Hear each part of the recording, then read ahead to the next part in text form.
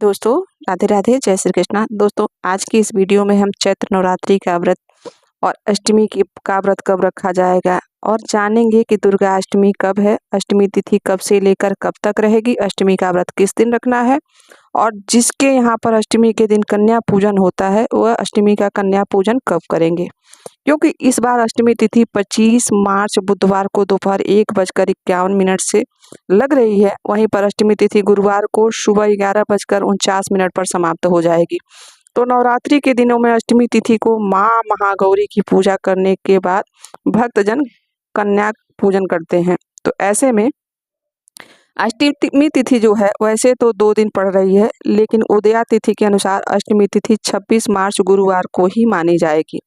लेकिन अब बात यह है कि सुबह 11:49 पर ही अष्टमी तिथि का समापन भी हो रहा है। इसके बाद में नवमी तिथि लगेगी। तो अष्टमी का हमें जो पूजन के दिन पूजा करना है उस दिन हमें क्या करना चाहिए। तो देखिए, अष्टमी उदया तिथि के अनुसार 26 मार्च गुरुवार को ही लग रही है। अब ऐसे में जो भी भक्त नवरात्रि के चढ़ते उतरते वाला व्रत करेंगे, आखिरी व्रत रखते हैं, उनमें अष्टमी को जिससे वहाँ कन्या पूजन होता है वे 25 मार्च बुधवार को सप्तमी का व्रत करके अष्टमी को यानी गुरुवार को कन्या पूजन कर सकते हैं। और जिसके यहाँ नवमी को कन्या पूजन होता है और जो लोग अष्टमी के दिन व्रत रखते हैं फिर नवमी को कन्या पूजन करते हैं, उनके लिए यह प्रश्न है कि किस दिन हमें अष्टमी का व्रत रखना चाहिए। मान लीजिए कि गुरुवार को तो सिर्फ दोपहर तक ही अष्टमी है, तो ऐसे में देखा जाए तो इस बार अधिकतर जगहों पर अष्टमी और नवमी एक ही दिन मनाने जाने की बात कही जा रही है, क्योंकि चैत्र नवरात्रि में राम नवमी का भी विशेष महत्व माना जाता है। मान्यता यह भी है कि रामनवमी के दिन भगवान श्री राम जी का जन्म हुआ था। रामनवमी के दिन भगवान श्री राम का जन्म हुआ था, इसलिए इसे रामनवमी कहते हैं और इस दिन को हम उनके जन्मोत्सव के रूप में मनाते हैं। अभिजीत मुहूर्त में जब भगवान श्री राम और नवमी तिथि विद्यमान भगवान श्री राम के जन्मोत्सव और नवमी तिथि विद्यमान थी, तब भगवान श्री राम जी का प्रादुर्भाव हुआ था, तब वो प्रकट हुए थे। ऐसे में हिंदी कैलेंडर के अनुसार इस बार रामनवमी, जो कि समर्थ जो भी जितने कैलेंडर हैं या फिर जितने पंचांग हैं उनके अनुसार यदि बात किया जाए तो रामनवमी का जो त्यौहार मनाया जाएगा वो इस बार 26 मार्च के दिन गुरुवार को ही मनाया जाएगा।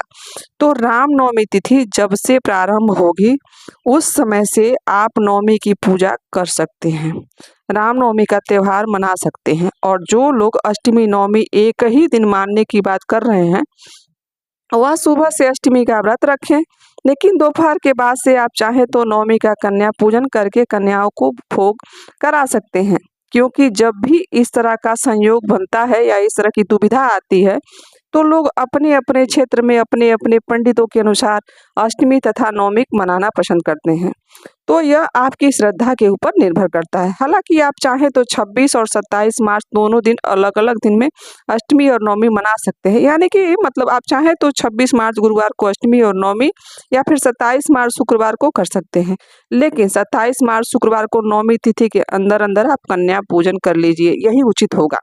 अगर कन्या पूजन के सही समय की बात करें तो अष्टमी तिथि यानी 26 मार्च गुरुवार के दिन सुबह 6:20 से लेकर 11:50 तक आप कन्या पूजन कर सकते हैं। नवमी तिथि 26 मार्च के दिन गुरुवार को सुबह 11:50 से शुरू होकर इसके बाद नवमी की पूजा आप कर सकते हैं। और अगर आप नवमी 26 मार्च गुरुवार को ही मना रहे हैं तो शाम को सूर्यास्त से पहले ही कन्या पूजन कर लीजिए। और ध्यान रखिएगा कि राहु काल के समय में आप कन्या पूजन बिल्कुल नहीं करिएगा, राहु काल अशुभ समय होता है।